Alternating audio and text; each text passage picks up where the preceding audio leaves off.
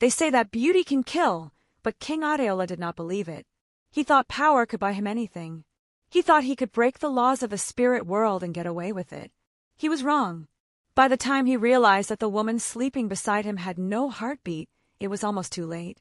She wasn't just a woman. She was a debt collector from the river, come to collect the one thing the king loved most, his life.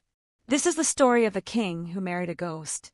If you are brave enough to hear the truths our ancestors whispered in the dark, hit that subscribe button right now. Welcome to Ancestral Echoes. Let us open the scroll of history. In the ancient kingdom of Udo, King Adeola was a man who had everything: gold, cattle, and land that stretched as far as the eye could see. But he was miserable. Why? Because he had no queen. The village elders brought him the finest women. First came Adana. She was kind and hardworking. The king said, "No. Her laugh is too loud. It hurts my royal ears." Then came Bizi. She was wise and could weave the finest cloth. The king said, "No. She is too short. A king needs a tall statue, not a shrub." He rejected them all. He wanted perfection. He wanted a woman who had no flaws, no past, and no voice to argue with him. Be careful what you wish for, my friends. The spirits are always listening. One day, frustrated with the women of his village, the king went hunting in the forbidden forest, the place where the river meets the roots of the Irako tree. The elders had warned him, "My king, humans rule the village, but the spirits rule the forest. Do not go there." But King Adeola was arrogant. He rode deep into the woods. Suddenly, the birds stopped singing. The wind stopped blowing. Total silence. And there, standing by the riverbank, he saw her. She was not just beautiful, she was perfect. Her skin glowed like polished obsidian. Her eyes were like stars. She stood perfectly still, staring at the water.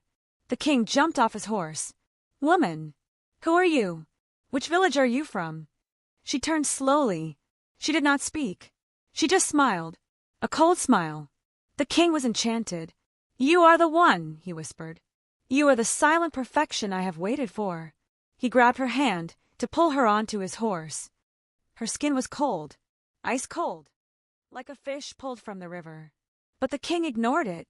He was blinded by lust. He took her back to the palace. Have you ever ignored a red flag because you wanted something so badly? We have all been there. If you are enjoying this story, press the like button so the algorithm shares this wisdom with others. The wedding was grand, but strange things began to happen in the palace. The new queen, whom he named Omi, water, never ate. During the great feasts, while others ate yams and meat, she would only drink water. Gallons and gallons of water. And the king? The strong, warrior king began to shrink. Week by week, his skin turned gray. His hands shook. He was always cold, even by the fire.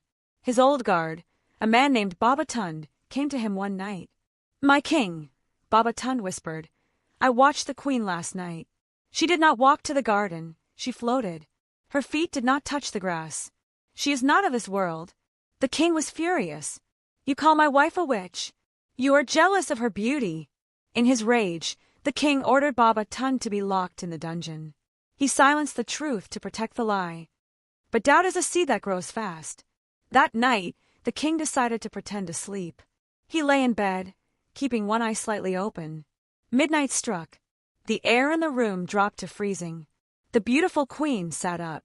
She looked at the king. Then she stood up. She began to shed her skin. She pulled off her human face like a mask. Underneath, she was not a woman. She was a skeleton covered in wet river weeds, with water dripping from her empty eye sockets.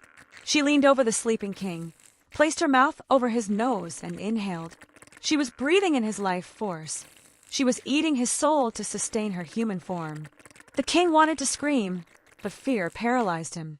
He watched her turn into a mist and flow under the door, heading back to the river to deposit his stolen life force. As soon as she was gone, the king ran. He ran to the dungeon and freed Baba Tund. He ran to the chief priest, falling at his feet. "Save me. I married death." The priest consulted the oracle. He threw the cowrie shells. "You cannot kill her," the priest said. "Iron cannot cut water. Fire cannot burn a ghost. If you attack her, She will drown the whole village. So what do I do? The king cried. You must send her back with rhythm, the priest said. She is a river spirit. They are bound by the sound of the deep drums. Tonight, we will hold a celebration for her.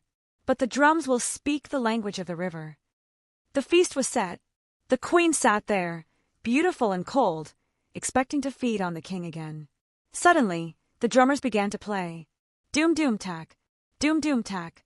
It wasn't normal music. It was a trance beat. The queen's eyes widened. She began to twitch. The rhythm was calling her true nature. She stood up. She didn't want to dance, but she couldn't stop. She spun around. Faster. Faster. As she spun, her human skin began to melt away. The water poured off her. Stop! She screamed, her voice sounding like crashing waves. Stop the music! But they played louder. With a final scream, she dissolved into a massive puddle of water, flooded out of the palace gates, and rushed back into the river. The king survived, but he was never the same. He learned that true beauty is not just what you see on the outside. It is the spirit within. And he learned never to take what belongs to the gods. So, my people, when you meet someone who seems too perfect, someone who has no past, no family, and whose skin is cold to the touch, ask yourself, who are they really? Did this story send shivers down your spine? Then join our family. Click that subscribe button and ring the bell. At Ancestral Echoes, the fire never goes out, and the stories never end. Until next time, stay safe in the dark.